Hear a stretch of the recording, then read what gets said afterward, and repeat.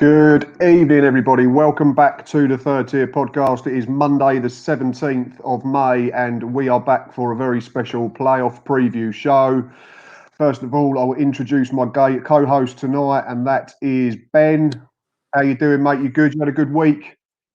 Yeah, very good, Matt. No Fleet was a very good week, mate. But looking forward to diving into the playoff action as the season draws to a close. But looking forward to watching probably the four better teams over the ones that missed out and seeing who goes up.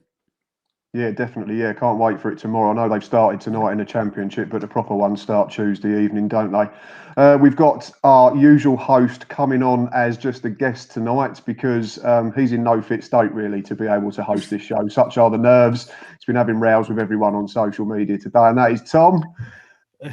Hello, mate. How you doing? You good? Yeah, mate. Already nervous, but yeah, looking forward to the game. I'm sure the best team will go through. We've got a couple of bits of news to get through quickly before we introduce our first guest, which is going to be Joe, an Oxford fan, to talk through the first playoff semi-final. But there is a bit of news to get through that's come out over the last few days. You've probably all noticed on social media that someone was trending on Twitter as high as number 2 on FA Cup final day. And that was friend of the pod, Kaz May, who has set up the Her Game 2 movement, which is to highlight sexist abuse within football. Her and a group of other female football fans got together over the weekend.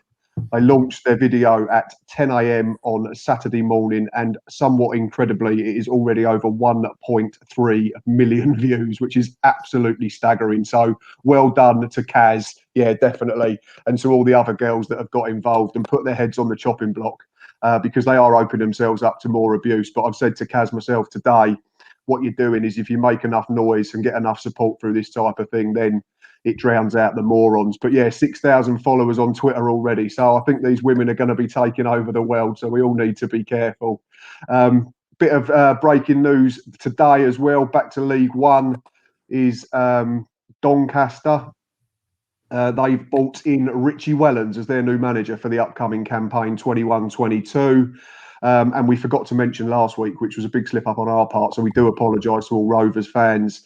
James Coppinger did retire after the final game of the season after making nearly 700 club appearances over 17 years. So all the best to Cops. I know he was a bit of a legend down there. It'd be sad to see him go, but I won't be sad to see him still influencing games against the Gills. Come to you quickly, Ben. Just your quick thoughts on James Coppinger's career. Unbelievable. Like, I watched him last season. Sorry, not this season, the one before. And it was August, start of the season, and they beat us 3-2, and he scored an unbelievable goal. And normal players like him, they just get 1-year extensions just because he is Mr. Doncaster Rovers. But he got extensions because he was one of the best players in the league still in his position. Even though his age, he was still influencing games. He was still, passing the ball. He was still pinging the ball about, and they were a better side when he had them in the side. So it'll be a huge miss. It'll be interesting to see how Doncaster Rovers recover, but I do believe he'll stay on board as a coach and staff. And unbelievable career, some unbelievable moments. Remember that goal when they went up against Brentford? He had a huge part in that, and I wish him all the best for the future. And I'm just glad he won't play against Fleetwood again because he used to always have a good game against us. Yeah, totally agree. And we'll come to you, Tom, quickly to talk about the other news. Then, what's your thoughts on Richie Wellens being appointed as Rovers manager? For me, I think it's a really sound appointment.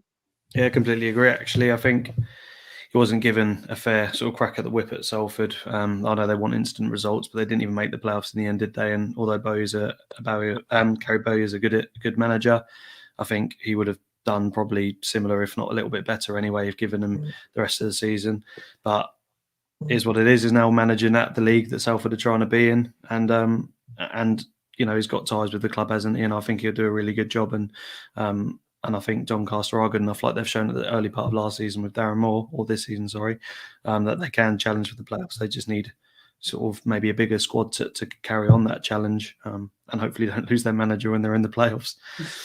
Yeah, that probably would help as well. Right, let's get on with the playoff show. But first, Les, evening, mate. Hope you're good. Sorry I'm late. He says, trying to interpret the new rules for recreational cricket with a friend on the phone. Gilles found in East Riding of Yorkshire. Good to have some representation. And quickly, another one before we introduce our Oxford guest is from Old Athers. Evening, gents. Been flitting between being supremely confident and myself all day.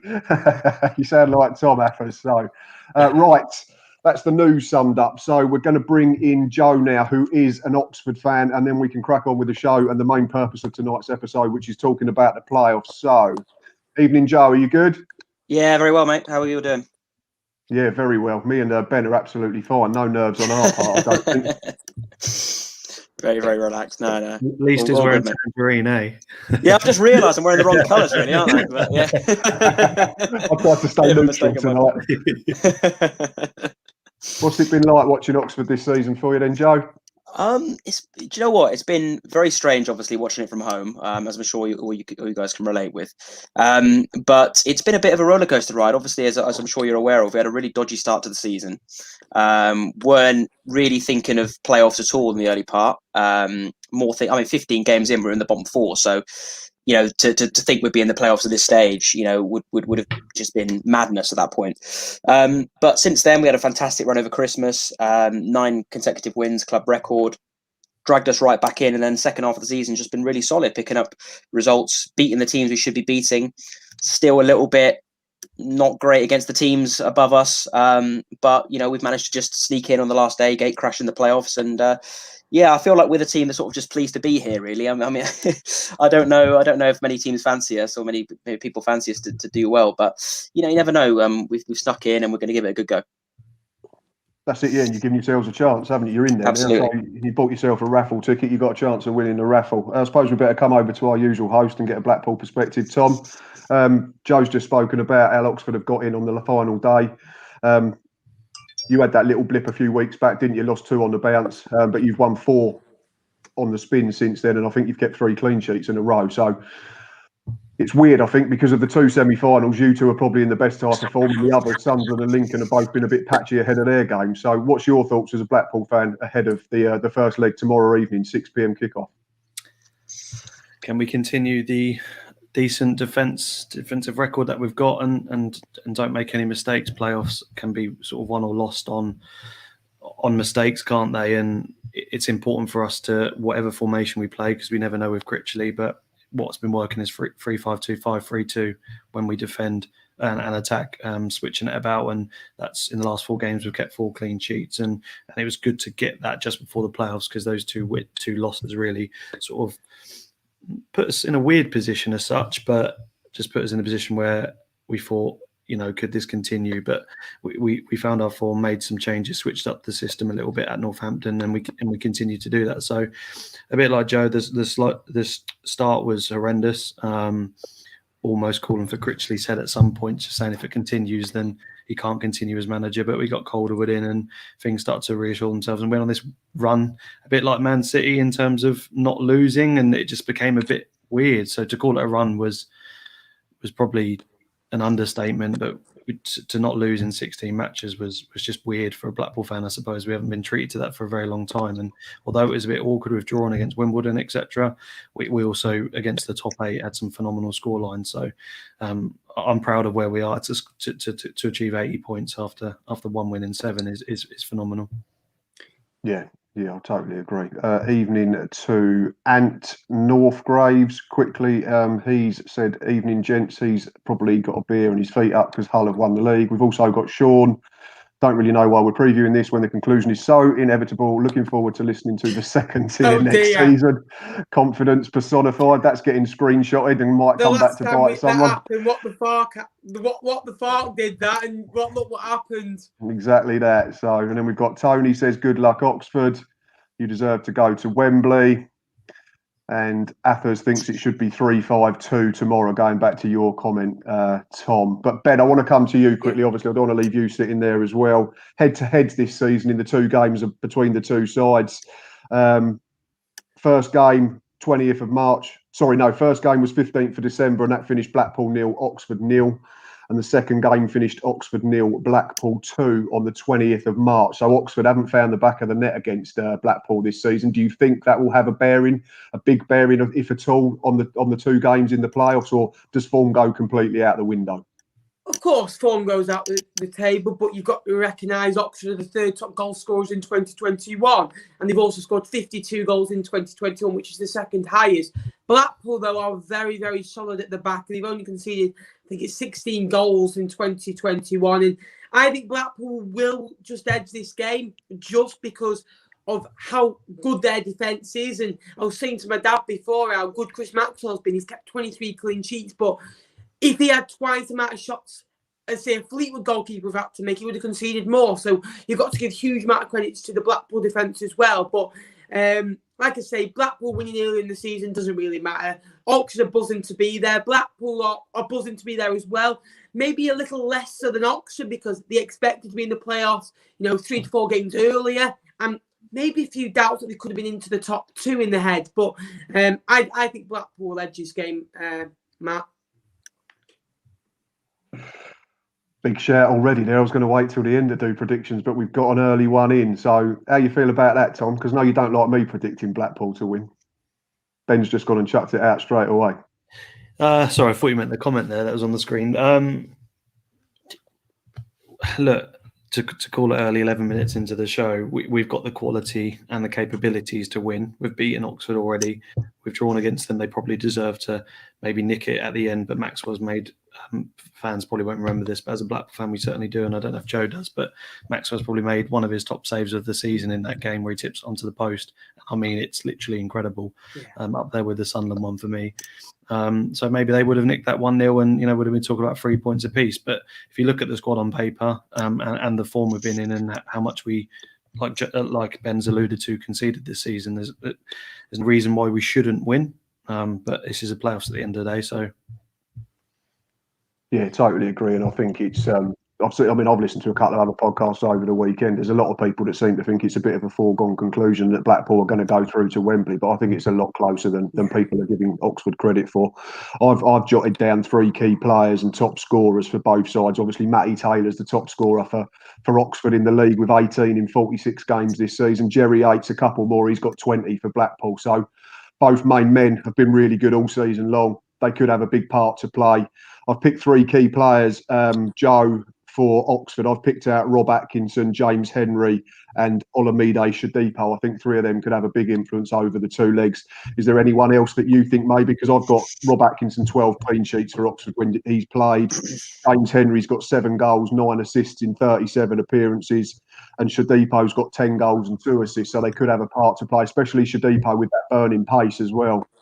Yeah, I mean, it'll be interesting to see what we go with. I think there are a few attacking options. I think attacking wise, we've got a few options that I think could really be important. I think Brandon Barker obviously is coming back into fitness as well.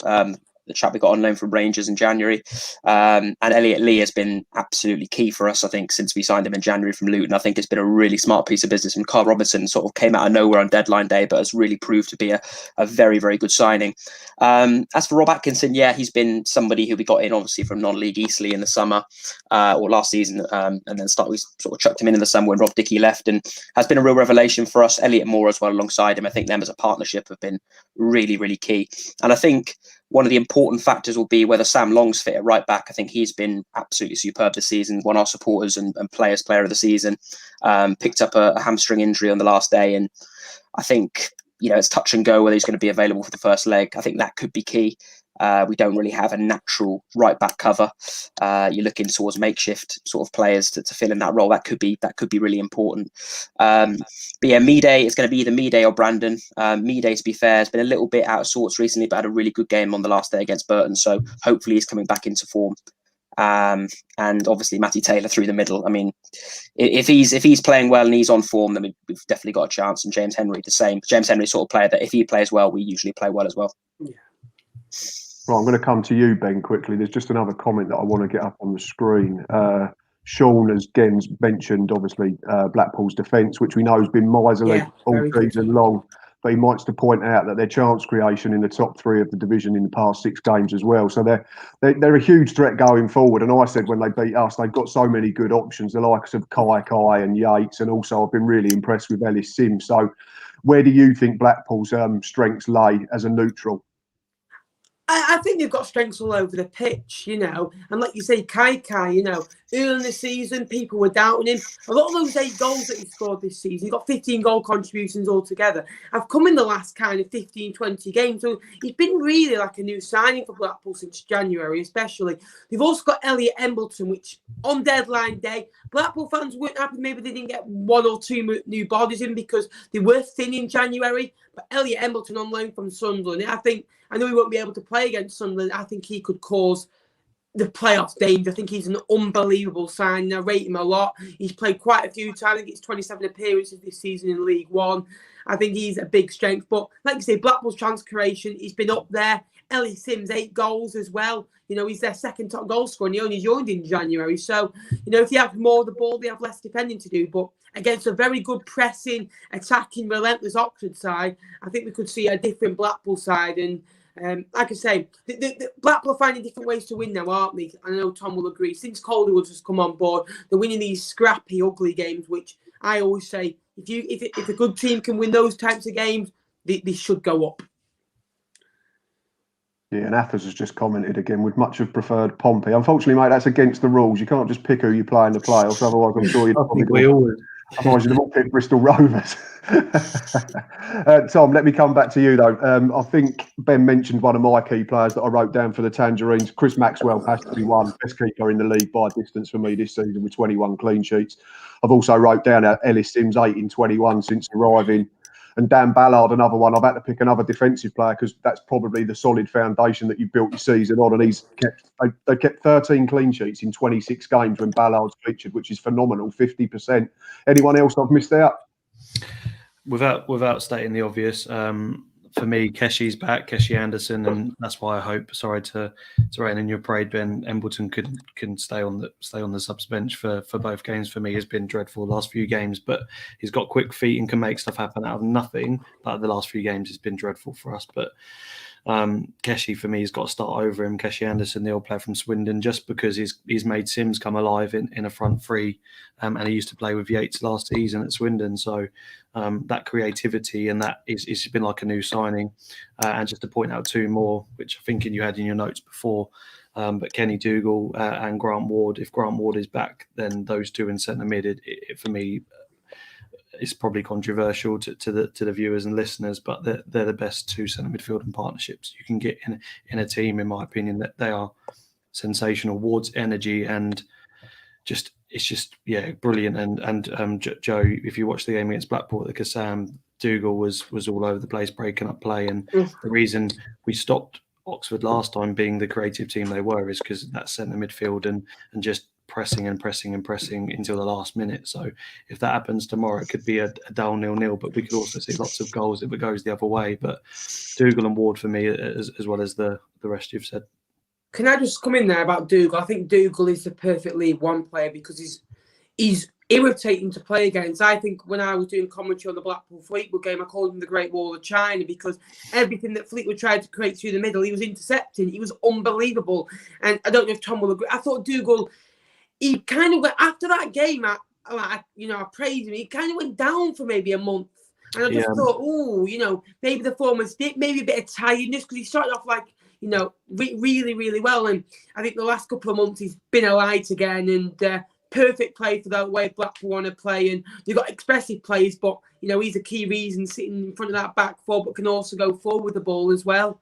Yeah, he got COVID, and then took a while to recover from it, and then we've seen the last few games, even weirdly against Bristol Rovers, where I didn't think he'd play in the last game of the season, he was actually looking even more sharp. So I'm glad he did play in the end because it might have given him that little bit more fitness that he needed going into these playoffs.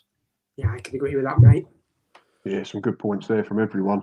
Evening to Jonathan, back on watching again. He's come up with a comment. This is the toughest League One playoff to call. Blackpool, phenomenal out of possession. Oxford, never say die attitude. Yeah, I know, unfortunately, all too well about that a couple of weeks ago. Sunderland have the pressure. Do not underestimate Lincoln. I mean, you can look at bookmakers and odds, I think, but it's four good sides at the end of the day, and that's why they've all finished in the top six. And I think form does go out a little bit out the window. But looking at the last six quickly, it's pretty similar, isn't it? Oxford, 5 wins and a loss in the last 6 in the league, so that's 15 points from 18. Blackpool lost 2 on the bounce and then won 4 on the spin, so it's 12 from 18, so there's not a lot in it. It's going to be, I think, hopefully it'll be 2 super legs. Whether it's 2 open games, I'm not sure, but I think both games will be really intriguing and captivating to watch. And there's a comment just come in from Tony Hewlett. Managers make a difference in playoffs. Carl Robinson streets ahead of Critchley, Appleton and Johnson closer to Cole. What do you make of that one, fan, is he, Tom? Tony? Well, you know, Carl Robinson has the experience. Critchley is a very good manager, but he's made a lot of mistakes this season. And in a big game, will he tinker it? I'm not so sure. But I like the way Robinson. If you had to ask me Robinson or Critchley, I'm a big fan of Critchley how he plays, but I'd pick Robinson, 6 out of 7 days of the week, just because I like the way his sides play. I think the comments, I don't know, it's a bit loaded, isn't it? At the end of the day, that Critchley's first season in management, he's going to make mistakes. I think every manager, including Streaky Lee, Carl Robinson, this season, they've all naturally made mistakes, and whether that's Critchley's naivety, and which you saw Matt against Oxford, against Gillingham early doors in the season, where I think we had like 70% possession or whatever it was, and he won 2-0 because we just didn't do anything with the ball. But you did everything right with the ball and made us pay for our mistakes. So Critchley does his homework on every single side. I think Chris Maxwell said he's the only manager he's ever worked with that does extensive research and sets his team up to beat the team he plays next, and not just play how he thinks he should play every single game. And for me, that's come on leaps and bounds. We're on 80 points, 3rd place in the league because of that. The only issue that I agree with Ben is the mistakes he's made at home. He's continued to be stubborn and not play the extra man in midfield. And when we play teams like Rochdale, we lost 1-0. And when we played Plymouth at home, we've been overrun. And when we played Wimbledon, they absolutely battered us at Bloomfield Road because he didn't react quick enough to the experience of a League One side that he wasn't ready for. But look, for me, I wouldn't change Critchley and Caldwood for the world, even if we don't go up. I think they've proved every Blackpool fan wrong, and they're building something incredible there. I personally don't like Carl Robinson. I think he loses his head way too much. He is passionate. I know it rolls up the players, but I prefer the passive way of Critchley and the way he goes about his business. And that's just a personal thing for me. Yeah. Well, yeah, and if he's made mistakes and he's earned 80 points in his first season and finished 3rd, I think it bodes well for the future, regardless of what happens over the next 6-7 days. But Anton Allgraves wants Blackpool to go up just for a weekend away, nothing to do with the football. Affers has commented, Gary Goals is back. I'm assuming he's referring to Mr. Medine. He also says Critchley is the most qualified coach in England. And Sam Thompson tends to agree, not quite top, but he said he's top 10 most qualified manager. So plenty of Critchley love at the moment. Joe, I'm going to come back to you. You've sat there quietly listening to everyone wax lyrical about Neil Critchley for about what feels like ages. Talk to us about Carl Robinson then quickly. I mean, to be fair, I don't really disagree with Tom to say that he loses his head. I mean, that's certainly part of who he is, really, Carl, as a manager. And there is a reason why he's banned for all of the playoff games from the touchline. But he's somebody who, to be fair, he's had a lot of critics over the time he's been at Oxford. He's not been without his critics. But to be fair, this is back-to-back playoffs for a club like Oxford. I mean, let's be honest, we're not one of the big hitters in the division. We're not Sunderland. We're not Ipswich. We've got a decent history. We've got a decent budget behind us, but we're not supposed to finish playoffs 2 seasons running, really. So that's a fantastic achievement. Can't take that away from him. And look where we were. Coming into December, we were like in a relegation battle, and now we're in the playoffs. I mean, you've got to give him credit for that. And the way he's recruited in January was phenomenal, really. I mean, to bring in both Brandon Barker and Elliot Lee is really, I think, got us over that finishing line. That's what you always want to try and do, isn't it? Just get those couple of players that could just get you over that finishing line. That's exactly what he's done. So, Carl is Marmite. I feel like Carl's the sort of person that, most people will love him. He's at your club, but other clubs will just hate him. I don't think he has many. Yeah, well, absolutely. That's probably the most extreme example is Mr. Evans. But Carl's definitely edging into that bracket, I'd say. But I certainly think it could be tasty if it's a Sunderland Oxford final. Let's put it that way. But to be honest, I think it's going to be very interesting. I think Carl is someone who, for me, I've criticised him a little bit over the past few years, been unsure on certain things, but look, he's delivered 2 seasons in a row in the top 6, and I can't really complain with that. And it'll be interesting to see how it goes. I think certainly won't be calm up in the director's box tomorrow. I think, I just want to come in. He's got 59 points from 31 games, isn't it? Which is one more point than Blackpool may have pointed out. That isn't a criticism at all of Robinson. The football you play is phenomenal, and it's like I said, it's just what I prefer. Like, I don't like managers losing their head, but at the same time, sometimes you want Critchley to show a bit more emotion. But I think he does it behind closed doors. But both incredible managers, and like I said, what Oxford have achieved 2 years in a row, and I don't think the break helped last season. That 3-month break before the playoffs wouldn't have helped anybody. Ironically, I don't think this is clearly, I'm not predicting this, but I don't think it would have done you any favours this time around either. That 11 days after you're on that run you've been on, the goals you're scoring, I think it probably would suit Blackpool a little bit more, just because we've had time to recover from that run and the players we've been playing, whereas you would have won that game the next day after the goals you've been scoring as well. So, sorry. Yeah, I mean, I totally agree, mate. I think momentum's key, but the problem is that Blackpool have got it as well. That's the only issue. That's what people are talking about, how momentum's key. But Blackpool have won the last 4, so to be fair, that if you want to play a third place team, you want one that's just dropped out on the last day of the top 2, really, don't you? But Blackpool have sort of climbed the way all up to 3rd, so it's going to be tough. We've played Blackpool before. We were bossed both times, even the 0-0. I mean, Blackpool should have won that game, to be fair. So it's going to be interesting, but I remain quietly confident, because I think somebody put it in the put a comment in. I'll never say die attitude, I think, has got us here. To be fair, there have been many times where even Oxford fans, most diehard Oxford fans, have thought maybe that's it. We're not going to do it, and we've just kept on going and going. And I think that will stand us in good stead. And of course, the lessons we've learned from last year as well, I think will stand us in good stead, hopefully. Do you have any worries about your form against the top 6 this season, though, Joe? Because I've got the points tallies for both sides. Blackpool have taken 21 from 30 against the other 5 teams in the top 6. You've only taken 6. Do you think it'll have a bearing, or? I think it's certainly something to be concerned about, because we really haven't. And even the games we did, I mean, when we beat Lincoln, they were in the middle of a COVID crisis and an injury crisis. I mean, it was not really fair to even call them a top 6 title at the time. That was down to the bare bones. So our record has been pretty dismal, to be fair, against the top 6, and especially Blackpool, to be fair. The 2 games we played against them, we didn't play at all well. So it is something to be concerned about. But again, I think you guys have made the point as well. Form does kind of go out the window in these sort of playoff scenarios. And I think football, isn't it, at the end of the day? Absolutely, it's knockout football. So I think it does go out the window a little bit, but absolutely it's something to be concerned about. I just hope that we can maybe we're due a couple of wins against some of the top 6 sides. That's what I'm trying to tell myself. That's it, yeah. Law of averages, potentially. Absolutely.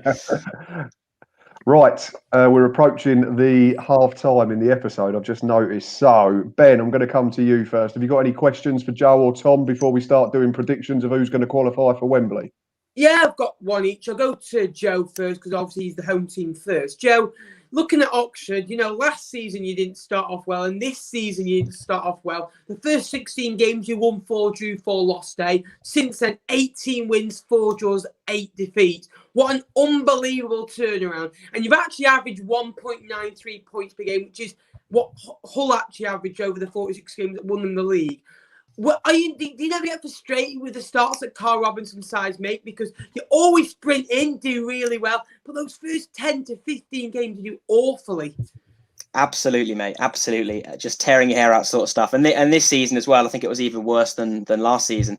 I'm not quite sure the reason. I think Carl made this point. We do sell a player or 2 every summer, and we do have a high turnover of loans as well. We do usually max out the amount of loans, so we are constantly churning the squad. It's difficult to kind of build momentum, but the start to the season was absolutely shocking, to be fair. But we could sit here and say, well, if we start the season even averagely, we could have been knocking on the door at the top 2, or we could just say, look, we're here, we're in the top 6, we've got a chance of promotion. Let's just be pleased to be here. But absolutely, we get frustrated by it. Absolutely, no doubt about that. I can see that, but again, an unbelievable turnaround to get into the playoffs. Come on to you, Tom. Obviously, 1 win in the first 7, 22 out of 39 since. You know, an awful start. I know a lot of Blackpool fans are asking for Critchley's head, rightfully so. But a big name that has come in, Colin Coldwood, experienced head, like Tony mentioned what he did with Forest, and you know, a really calm measure, maybe playing football a bit more simple. Also linked with the Leyton Orient job this week. How crucial has he been in this one? Because you're playing good football and it wasn't quite working. Now you're playing, you know, maybe not playing so well, but winning games. Has he been vital? Do you think you would be in this situation without him? When he came in, I thought he was introduced because Critchley was going to get sacked. So for me, he's been exactly what Critchley needed. Critchley can coach very well. He is very naive to League One, or was naive to League One. And I think if we didn't get Calderwood in, we'd be mid-table, maybe even sort of that, with all due respect, Matt, that sort of Gillingham type side where you're floating around 12 to the playoffs and giving yourself that little bit of hope and not any serious challenge. But I think he's coached Critchley to be smart at League One and defensively show that the Klopp way can't always work and you can't always attack with when you haven't got players that with the quality of Liverpool. So without him, in my opinion, we wouldn't be in the playoffs. But I also think Critchley's overriding coaching has been the key reason why we've played so freely and won those games. But like you said, games like Fleetwood when we were 1-0 up and we closed the doors, and I don't think Critchley would have been able to do that. So they've worked really well together. And being linked with the Leyton Orient job, hopefully it's hearsay, but I'd be devastated to lose him. I don't think we'll lose him before the playoffs, clearly. But if he does get the Leyton Orient job, then he's deserved it for the job he's done.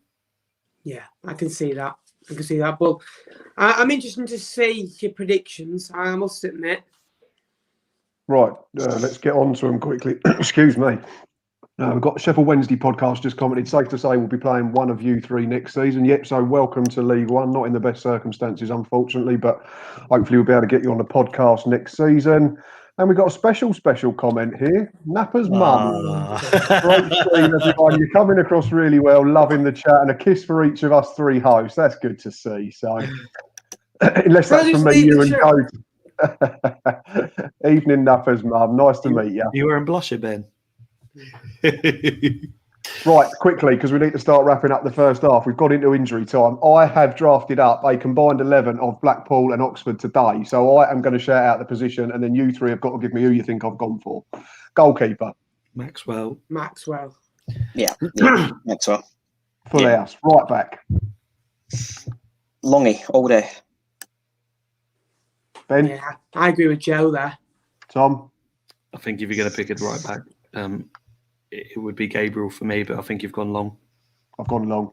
2 centre-backs. Joe first. It's one of each. I've got one from each team. So that's easy. Well, Rob Atkinson's one, isn't it? Yeah. Ballard and Atkinson. Yeah, Ballard and Atkinson. Yeah, well done. Left back. This was tricky for me. Ruffles. No, no. Ruffles, come on. I go Ruffles. I went Garbutt. Oh, that's a shocker. And then I've gone, because it's my team, I can do just 1 defensive midfielder, 3 attacking midfielders and 2 strikers. So who's in the middle of the park holding the fort? Dougal. If you haven't gone Dougal, it's a crime. Dougal.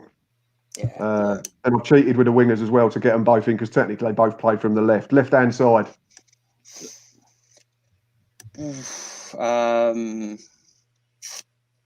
don't know. Who's Blackpool's winger? Probably them. Meaday, maybe. We've got Meaday. Don't know. You got in there. Kai. Got Kai on the right. I cheated because I wanted to get the Oxford one in on the left. I mentioned him right at the top of the show, Joe. What's Shadipo? Yep. Yeah, fair play. Yeah. Then I've got Henry in the 10, and then the front 2 is pretty obvious. Yates and Taylor. Spot Not bad. There we go. Tell you something, Matty Taylor, to get 17 goals last season in 3/4 of a season, 18 this season, 35 goals in 1 3/4 seasons is unbelievable. And Jerry Yates, considering he started off like, Timo Werner, and he's ended up like Cristiano Ronaldo, an unbelievable end of the season. What a player. I'd have Barker over Shadipa. I hope he doesn't start tomorrow. Right, Yeah. the big question anyway. This is my summary. This is what I've wrote on my notes. Not as straightforward as some seem to think. Both sides are threatening defensive areas. Will Blackpool have the better defensive record of the two, and will that be a swinging factor? Joe, you've got to back your own team. Who's going to Wembley? Well, now you've said I've got to back my own team. I suppose I have to really. No, I think. I'll tell you what. I think we'll win tomorrow. There we go. I think we'll win tomorrow because I think the fans are back in. We've got a big 4,000 Oxford fans behind us tomorrow. I think that will play a part. Whether Blackpool edge it over 2 legs, I think it's going to be really tough. I genuinely think Blackpool are the favourites. I think they're the best team in there. Definitely the best team we've played in there. And I think it will be really, really tough.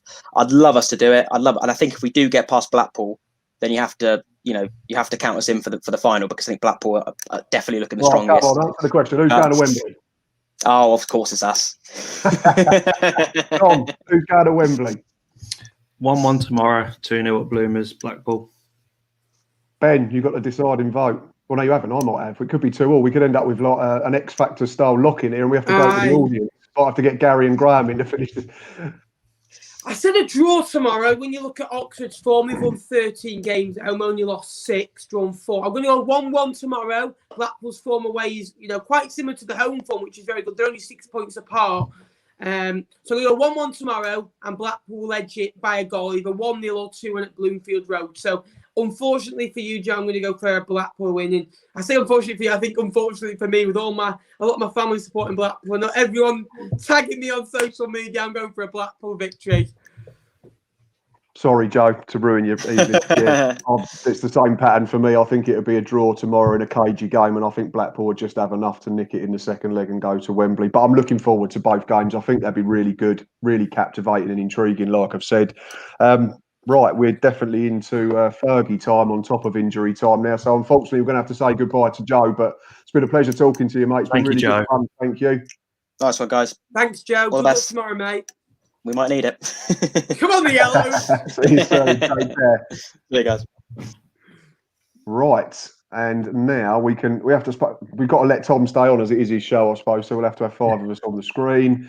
We're now going to bring in Lincoln City fan and Sunderland fan. So I'm going to introduce you first. They are 2 returning guests from previous weeks. First coming on the screen now is Gary from the Stacey West podcast. Evening, Gary. Evening, all. How you doing? Very well, thank you. Yourself? Yeah, all good. Cheers. Good. Right, and we shall bring in the Sunderland fan as well. And I think we're going to rib him straight away about his comments a few weeks ago from the What the Falcon podcast. That is Graham. How you doing, mate? Still winning the league? Yeah, in my head. Yeah, of course. Yeah. I'm all right apart from that. Yeah, not too bad. Good.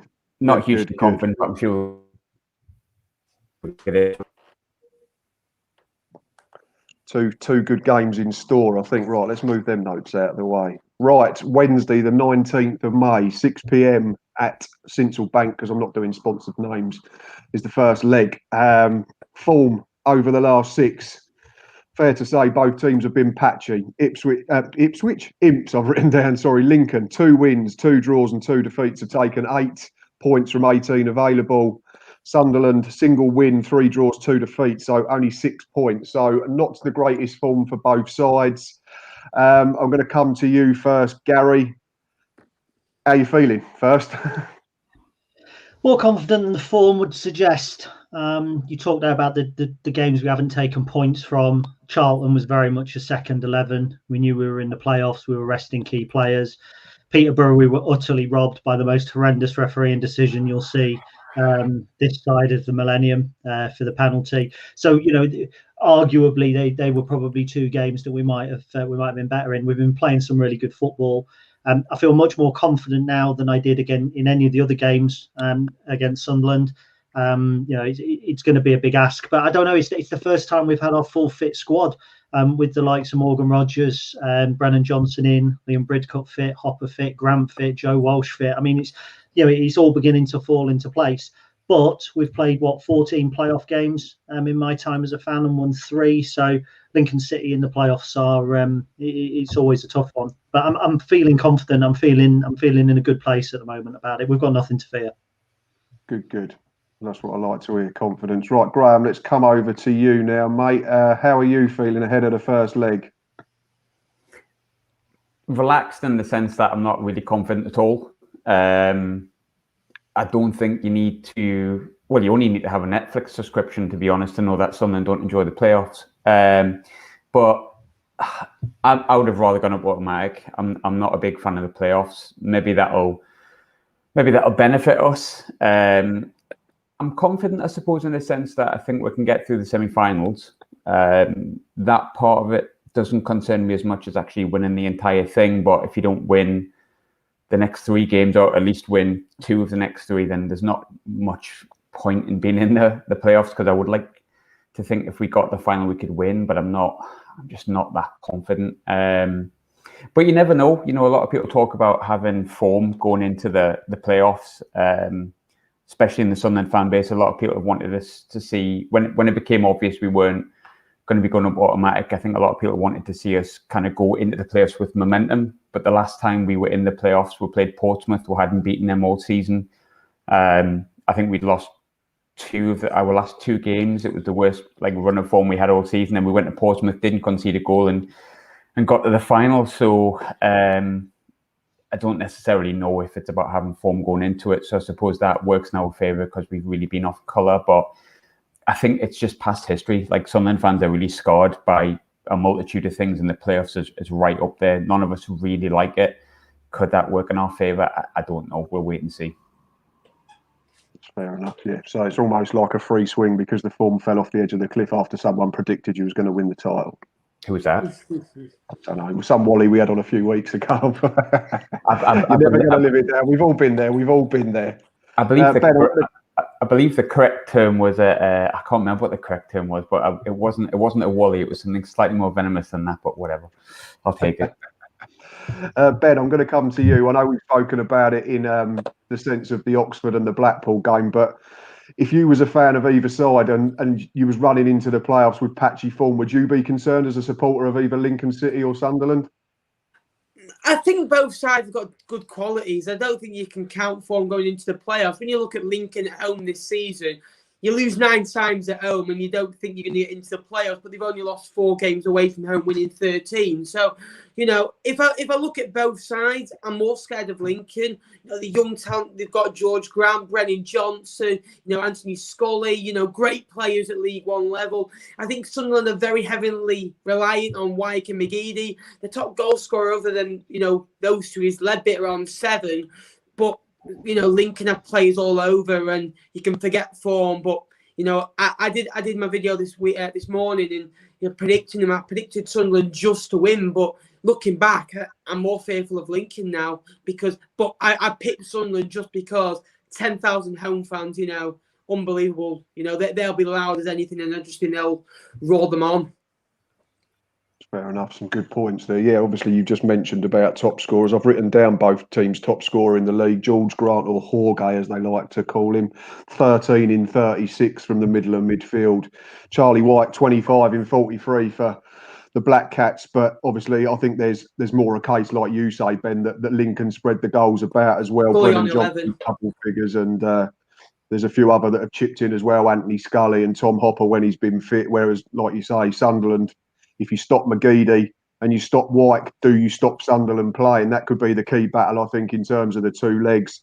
I've written down 3 key players, Gary, for Lincoln City that I've picked out from the squad this season. I've picked Liam Bridcutt, Brennan Johnson, we've already mentioned, 40 games, 10 goals and 12 assists, phenomenal record. I won't talk to you about his antics at the Priestfield. We'll call it 1-1 with the Schmodic one. And Lewis Monsema, 32 appearances after coming over from Holland at the start of the season, kept 16 clean sheets. So that's a 50% strike rate in terms of shutouts when he plays, and 6 goals for a centre half, phenomenal as well. Do you agree, disagree, add some in, take one out? Yeah, I mean, you're spot on with Liam Bridcut. You say about stopping McGeady and White, you stop Sunderland. I think to a degree you take Bridcut out of Lincoln, and you don't stop Lincoln, but you severely weaken us. Without Bridcut, we are a top 10 side. With Bridcut all season, I firmly believe we would have been a top 2 side, and it might have been me being called the Wally for making wild predictions. Brennan Johnson's a good shout. I think any player that's going to the Euros with one of the home nations on the back of a season in League One has done really well. He is great at winning penalties, as you correctly pointed out. And let's bear in mind, George Grant, you talked about his goals, 13. I think probably 9 of those have been penalties. So, that's certainly worked for us. Monsma, I had to predict my side earlier. I didn't actually predict him to start. He suffered quite a bit in the middle of the season. I think he was one of the players that was ruled out with COVID. So we had to shake the defence up quite a bit. Joe Walsh is coming back. Joe Walsh has been phenomenal as when he's played. I think he's only played about 20 games all season. He's had 2 or 3 spells out. He's a great defender. I think when he first came in, I think he kept 4 clean sheets on the bounce, and he adds a little bit of experience. He allows Teo Eden at left back or Cohen Bramall at left back a little bit more freedom because he's very good at covering. And I think alongside him, there's a potential for TJ Aoma to play. He's been on loan from Spurs. He played right back for much of the season. Had to fill in at centre back when Walsh and Jackson were injured, and for me, probably been one of the stars of the last sort of 6 weeks of the season. So, it's hard. Once you pick Bridcut, you pick George Grant. After that, it could be one from any number of players. And just coming into having our full squad now is really good timing. And we talk about form an awful lot. I think that was interesting. The only form table I pay attention to is the 46 game form table when we were in the playoffs, so I'm happy with that. And the one other point, they talk about fans being in stadium. We've played 2 games this season away from home where fans have been in the stadium at Shrewsbury and Northampton, and we won both 4-1. I think that there's a degree that some players will play to any crowd, whether it's the home crowd or the away crowd, and the likes of Morgan Rogers and Brennan Johnson, young players, dare I say, not in a negative way, arrogant players, bit of a swagger about them. They will get just as much of a kick from silence in 10,000 as they will rouse in 3,000. So I think it's an interesting demographic in the second leg. And just a quick point here, Ant Northgrave's made a couple of comments. He's put, let me just get up on the screen, mentality is a huge part. Sunderland probably wouldn't have wanted playoffs or a less motivated ? Whereas Lincoln would have snapped your hands off for playoffs. Will that have an effect, do you think? Potentially. I mean, we wouldn't have snapped your hand off for playoffs at Christmas when we were sort of 13 or 14 points clear of Sunderland. And I think at that time they would have said, yes, we'd like to be in the playoffs. So you've got to kind of have a little bit of perspective. We were very much automatic promotion candidates until our injury crisis kicked in. And look, whatever we talk about momentum and that sort of thing, these are 2 one-off games, and Sunderland have got a squad of very experienced players who have been in this position before at different levels of the game. And I'm sure that they'll be able to deal with the expectation, the disappointment, whatever it is you like to package. They're going to go into these 2 games as one-off games, 11 versus 11. And in those situations, anything can happen. Yeah, some good points there. Right, Graham, I'm going to come over to you now. Obviously, similar type of thing. I've picked out 3 key players for Sunderland as well, aside from the top scorer, because he's already been mentioned. Obviously, one's pretty obvious. That's the bloke that was brought back into the fold in the middle of the season, Aidan McGeady. 29 games, 4 goals and 14 assists is a phenomenal record. There's a case to say he probably should be doing it at this level because of the fact that he's played Champions League and that type of thing. I've also picked Luke O'Nien based on his versatility and your injury problems at the back, and also the experience of Grant Ledbetter could be crucial if you do go all the way to penalties or something like that as well, because I know he takes your spot kick. So what's your thoughts on them 3 key players that I've picked out? And also I want to ask you about Ant's comment as well. I'll start off with the players that you picked first and foremost. I think McGeady is the obvious choice. I think anyone that's played against us this season won't have had me on there. I think even a half on form Aidan McGeady is good enough to win a lot of games at this level. I think the Peterborough game probably was massive at the time, and he obviously dug us out with that with a 25-yard free kick. A few different situations, a few different times when obviously 14 assists since like December the 1st, I think. That's stupid, really. I think he's got the most assists in the league as far as I'm aware. I think what will be a big deciding factor, you talked about Luke O'Nien playing at centre half. Yeah, he's been a bit off colour recently. It's not his position. I personally think he's a number 10. I think he gives us a lot of energy. There's a chance that Tom Flanagan could be back fit, which is a positive and a negative, but at least he is actually a centre-half. And then on top of that, you could potentially put Conor McLaughlin at centre-back, but Bailey Wright has been poor as well. I'm pleased Conor McLaughlin's back, which I never thought I would have said last year, completely honest, but he's assured and he's steady. And I think that'll play a big part. We went on that 14-game run with Max Power right back and Luke at centre-half, and I think eventually, probably looking back in hindsight, that's been what's caused us problems, because eventually that stops working, unfortunately for us. We're starting to get some players back, so that Luke O'Nien could be a crucial player in the sense that now that we've got some of the injured players back in the natural position, he might be able to be advanced further forward. And I think probably the best I've seen us play this season was Donny at home, who were flying at the time, and Luke O'Nien replaced Josh Scowen, I think it was. And Luke O'Nien, in my opinion's obviously not always right, as the show has seen before. In terms of his energy that he offers in midfield, he offers everything Josh Scowen does, but a bit better. So I'd like to see Luke O'Nien moved into midfield if we've got some fit centre halves, possibly even McLaughlin alongside Bailey Wright. So O'Nien's important no matter where he plays, though. I think it'd be hard pushed to find a Sunderland fan that really doesn't like him. Of course, there's one or two people that don't rate him, but it's few and far between, if I'm honest. And then obviously the last player, Grant Ledbetter, hasn't played much recently, but I think and I hope he plays in the playoff games, because he offers what Lincoln have in Liam Bridcut. I mean, obviously the Liam Bridcut that I watched at Sunderland was in the Premier League and is vastly different to League One. Liam Bridcut was horrendous for us, but it's a very, very different league, a very, very different division. Obviously, he's very assured. He's got a lot of experience, more experience than he had even when he was with us, and he's done a good job for almost everyone that he's been at.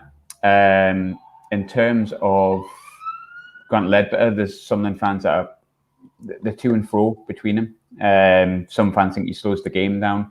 I personally like him in the big games because he does that. He makes sure that we're on the ball and we don't panic too much.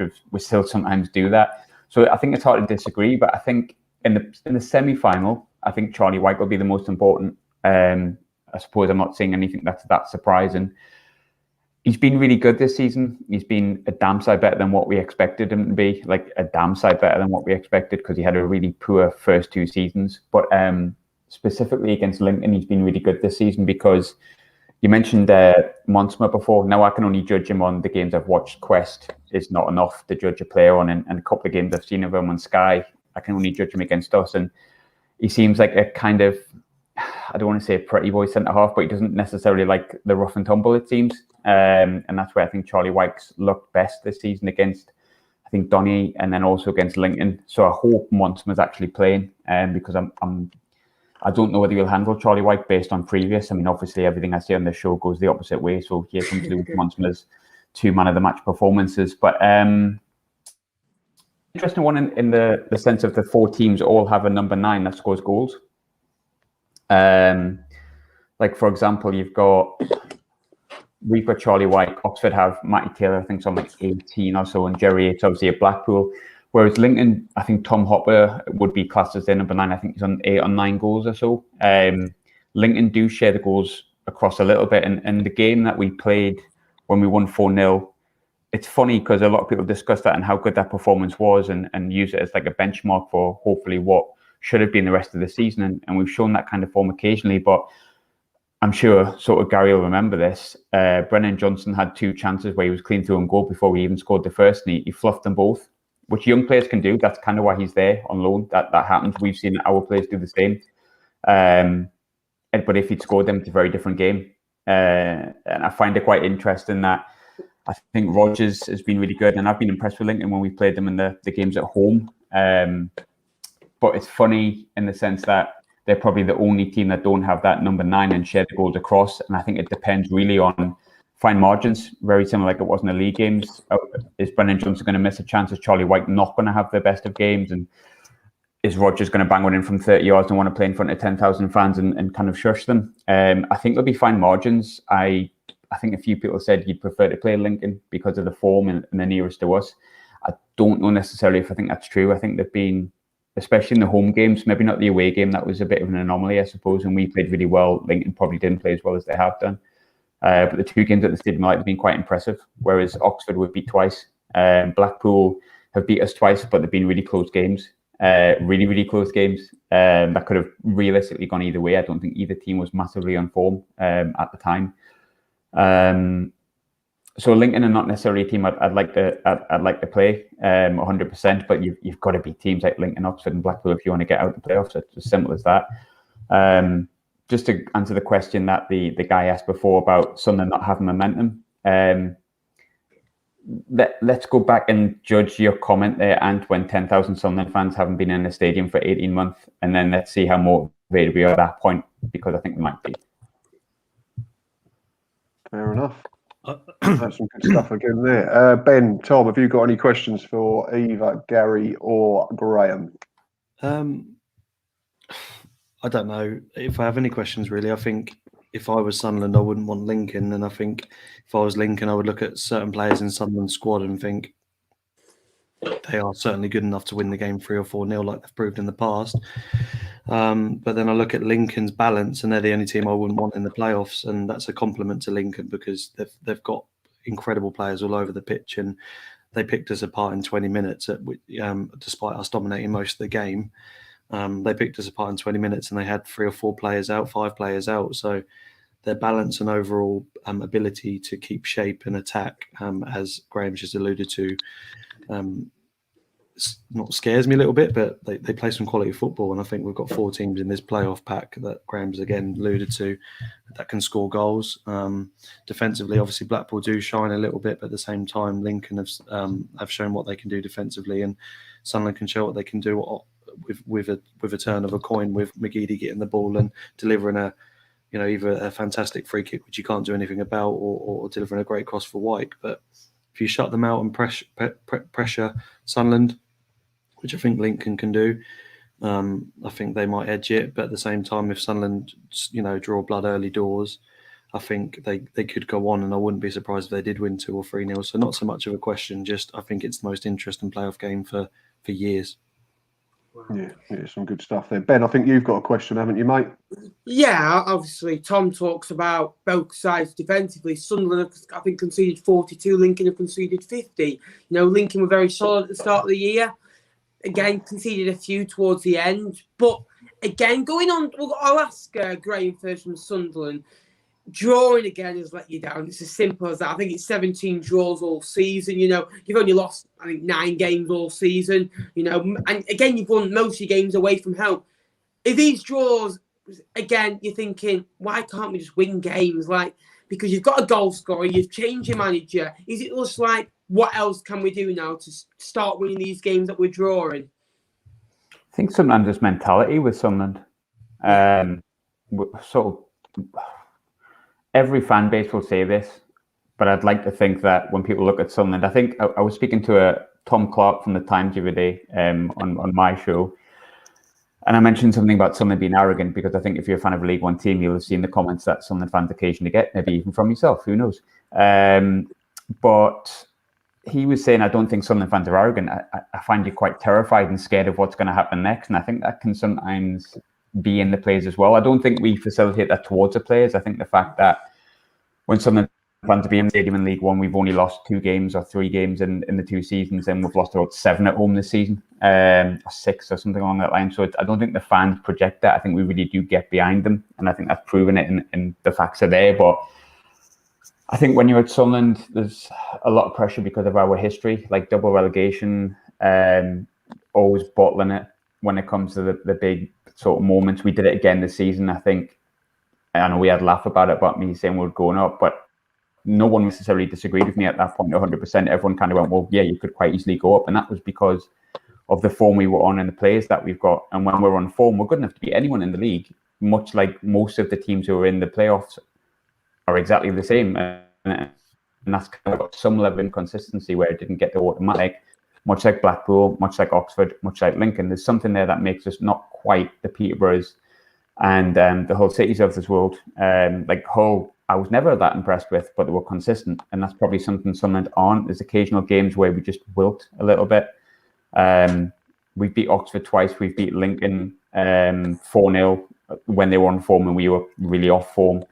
Blackpool ran pretty close twice. It's been narrow 1-0 wins for both. They've been fairly even games with a goal either way. So it's not like we're a side where we struggle against the top teams. It's the likes of like MK Dons getting beat at home. And to be fair, they've had a good season, but it's the kind of games where MK Dons, no offense, Matt, but Gillingham at home, games like that where you've got to just get over the line and not concede in the 96th minute, beat the teams that are 8th, 9th, 10th, and the teams that are also 17th and 18th.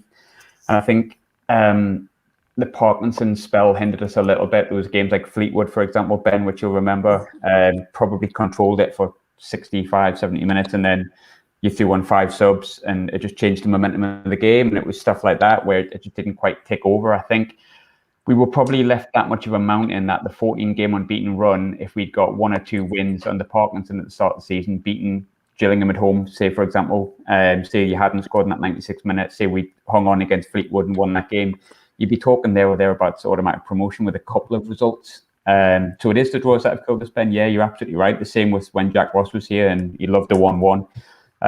It's just that slight inconsistency, which I personally think comes from, I'm maybe being a bit harsh here, but I think sometimes the players that are at Sunderland can't take the expectation that's on them. And it's unfortunate because I think the side as a whole, there's a lot of players that are League One, lower end Championship and have never really played above that. And it is probably a lot of pressure for them. You get annoyed with them, but I think you look at where the inconsistency is. I don't think we're any worse than a lot of the other teams that are up there. I don't think we're miles better. So there's obviously something, and is it just expectation? And sometimes we falter, and it's hard to get out of that mindset. I think, sports science and sort of psychology of football is playing more and more part in football, other than who can run the fastest, who can run the longest, and who's the best at, trickery and stuff like that. It does play an awful lot. So I think psychology probably comes into it with Sunderland, and sometimes we just falter and concede a 96-minute equaliser, or we go 1-0 down to MK Dons at home and everyone starts going, can we turn this over? And I think sometimes the players feel like that, but it could just be the fact that we're crap. I don't know, but I'm trying to think a little bit more deeper into it. And maybe it is that, or maybe we're just crap. One or the other. One or the other. Either way, right, we're not doing what we need to do. Right, talking of expectation, we've got a question coming from Rael McFridge. For Gary, if the Imps do go up, do you think it will be a season too early? No such thing. No such thing. You take your promotion when it comes, because you never know when it's going to come around again. And a manager will then have 3 months to plan. So I can see how fans think that. Purely, I think, because obviously we were doing well and dropped away, but when you look at the nuts and bolts of it, and I keep going on about the injuries and things like that, we haven't had a full squad at any point this season with Walsh and Bridcut, etc., etc. So I don't think there's such a thing as going up a season too early. I think you look at Luton, they surprised everybody a couple of years ago by going up, and they've established themselves. Look at Coventry and Rotherham, arguably went up last season. I mean, Rotherham are a yo-yo side, but Coventry weren't pre-season favourites to go up. They've gone up. They adapted well in the summer. They made some signings and they settled. So I think if promotion's there, you take it. And I think a manager like Michael Appleton is very savvy. He will have one transfer plan in his mind for League One, and he will have another one for an increased budget in the Championship. And after what he's done this season, there's no reason to distrust anything that man does at all. As far as I'm concerned, he can come round my house and raid my fridge anytime he wants. Fair enough. No, it's an interesting question, isn't it? Because we all as fans want our team to go up, and it was asked to us when we lost to Man City in '99, was it a season too early? But none of us would have gone, oh no, I don't really fancy this going into the Championship. Let's wait another 12 months. So it's an interesting question. Right, I'm going to do the same sort of thing that I did with the Oxford and Blackpool fans. Tom's obviously still with us. I have picked my combined 11 from the two squads. You can all shout me down if you want. I'm going to shout out the position. I've gone 4-3-3 with this one, slightly different.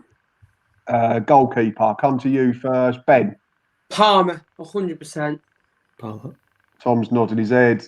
Gary's nodding his head. Palmer. 4 Palmers, 5 Palmers, correct. Right back. TJ Ayoma for me. See, this was where it got a bit tricky for me, because you got I think both sides have had defensive problems. So they've got a lot of defenders that have played in various positions. So this one might be a bit harder than the centre backs. But who are you going for, Tom? I'd go Ioma. Okay. Yeah. See, I've got Ioma the other side, unfortunately. I went with Luke O'Nien at right back. So we'll skip that. We'll go centre halves. It depends if you go Sanderson, even though he's been injured. Yeah, I like him a lot. He's been a big miss. We allowed Sam Long for the Oxford one. So Sanderson for me then. Sanderson and Montsemer. I know. I spelled his. I didn't announce his name correctly the other day, and I got a lot of Lincoln fans. Oh, you don't pronounce it like that. But Montsemer and Sanderson for me. Yep, Gary. Yeah, I mean, obviously, I've seen more of Lincoln. I'd certainly go Sanderson, but I'd go Joe Walsh, but he probably hasn't played enough games to register. That was a tricky one because you've got, you've had players that have, sort of played 20, 22 games rather than having one that's played 45, 46. I went Montsemer purely because I think his goal threat's an extra sort of string to the bow. Right, 3 central midfielders. Grant, for me, he's got to get in there. Brennan Johnson's got to go in there. Morgan Rogers could be, I think, all could be in the side, but Grant definitely got to be in that midfield 3 for me. I've got Johnson in, but not as a central midfielder. I'd go Bridcut and Grant. I mean, again, at that point, and again, not being a Sunderland fan, I would probably have gone for somebody like O'Nien. I mean, I really like that boy wherever he plays on the field. I love his attitude.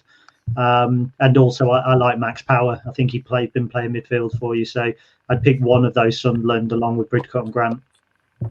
I think not Josh Gowan. Can I choose not Josh Gowan? Because you can choose not Josh Gowan, and then you'd be correct because I've not got Josh Gowan.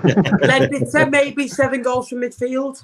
There we go. That's it. Yeah, that was my 3. Ledbetter, Bridcut, and Grant. I think that'd be a good mixture. 7 goals again, you could have O'Nien if he played there. You could have Power if he played there for a full season. And then I've got a front 3 of 2 wingers and a centre forward. Tom, I'll come to you first.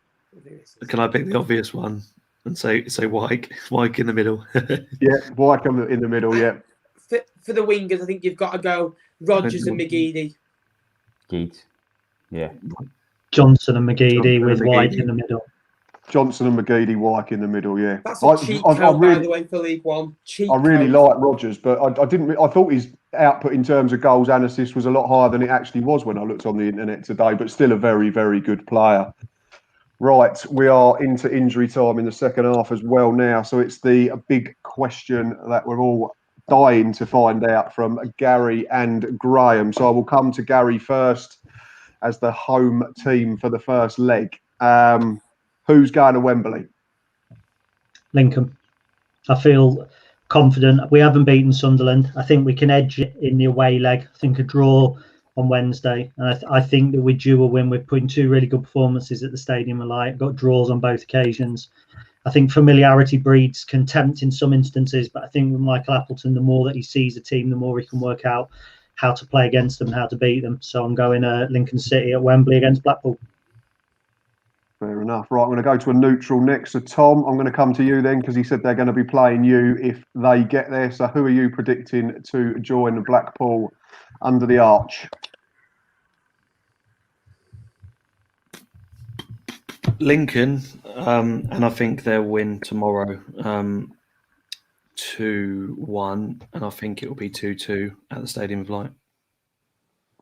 Fair enough. Big shout. I like that. Score predictions as well going in. Graham, we'll come to you. Does that experience from a couple of years ago, because there's a lot of that squad that are still there, does it help? I'm just kind of enjoying that. Hopefully I'll come back in a couple of weeks and be like, it was you that were wrong this time. Whether that be the case. I'm going to go the opposite way to what I did last time, because since I said we'd win the league, and I was genuinely confident, as I should have been at that point, we've won once. So I'm going to say, Lincoln, they'll be fine. They'll be absolutely fine. No problems at all. Yeah, Lincoln, and then whoever in the final, and Sunderland have no chance. So hopefully that works the opposite way like it did last time.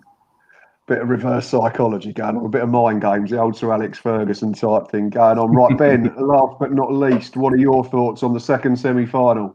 Well, I looked at the last 8 winners, and no winner has finished 5th and won the playoffs in the last 8 seasons.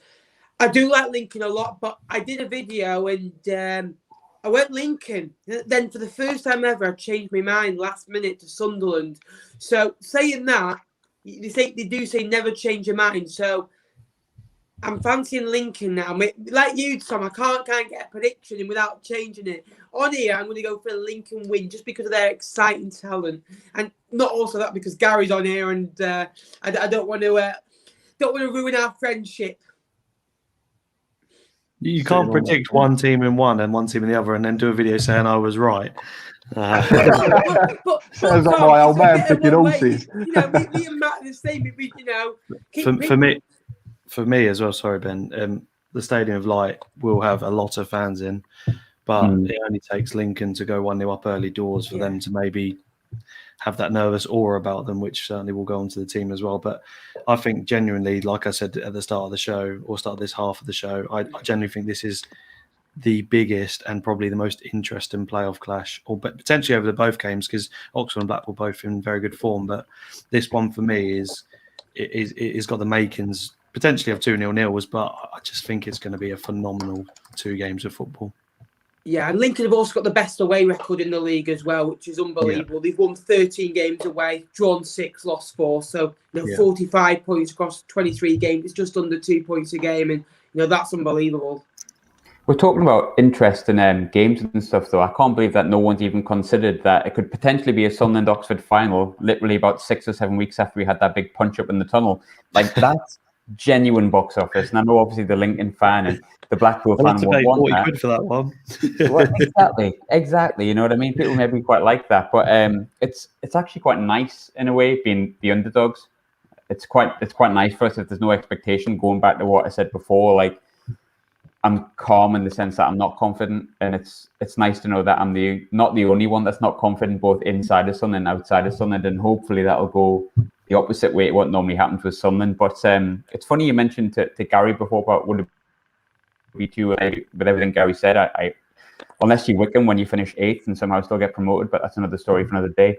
I think you can go up and you can make a fist of it. Like Barnsley, Luton have both done it. You might have to stay up last day of the season and so on and so forth.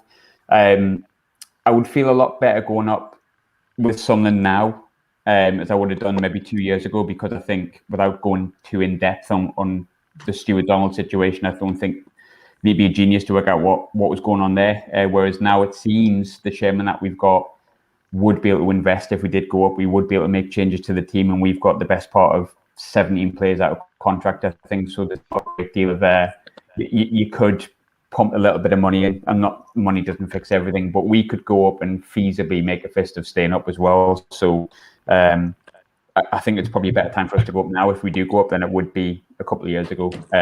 Whether that'll happen, though, you never know. Thank you very much. Right, we are into added time. Just a quick hi from SUFC The Blues. He's joined us for the final knock-ins of the show tonight. So welcome, my friend. I better do my prediction, I suppose, quickly. I think this is going to be the tighter of the 2. I've written down such a tight call. 2 sides have suffered in different form in recent weeks. Sunderland will create chances through McGeady. Can Lincoln target their patched up defensive line due to injuries? And then I've put could go all the way to penalties. But I won't sit on the fence because I've told everyone else they're not allowed to. I am going to back Sunderland to go through in extra time or on penalties. Right. That is the end of this evening's show. So thank you to all of our guests. We've still got Gary with us. So thank you for coming on again, mate, for your second appearance. Absolute pleasure. Thank you for having me. Cheers, mate. And to you again, Graham, second appearance. So 1 more for each of you next season and you get the match ball. That's what I'm hoping is not going to happen. I'm hoping for no hat-trick. No match ball. None at all, please. And also, thank you to our special guest, not host tonight, Tom. Yes, it's been a pleasure actually, not having to write a script and listening to you guys. But yeah, it's been a pleasure, and yeah, I can go back to being nervous now. And to you, Ben, as always, been a pleasure, mate. Love listening to your insight and stats about all things League One. Thank you, Matt, and thanks, Tom. I've really enjoyed it, and hopefully a good weekend, a good week of football. Right, that is it from the Third Tier podcast tonight, Monday the 17th of May. The audio pod should be out tonight or tomorrow, Tuesday, so you can go and find us and give that a watch and or a listen. We'll hopefully be back shortly to do a playoff final preview, potentially next week. Depends what the boss says. But until next time, please continue to subscribe to the YouTube channel. Please continue to follow the Third Tier on Twitter. Don't forget to go and check out Her Game too. They are on Twitter and Instagram and supporting the movement that has been set up by friend of the pod, Kaz. But until next week, have a good week and we'll see you for the next show.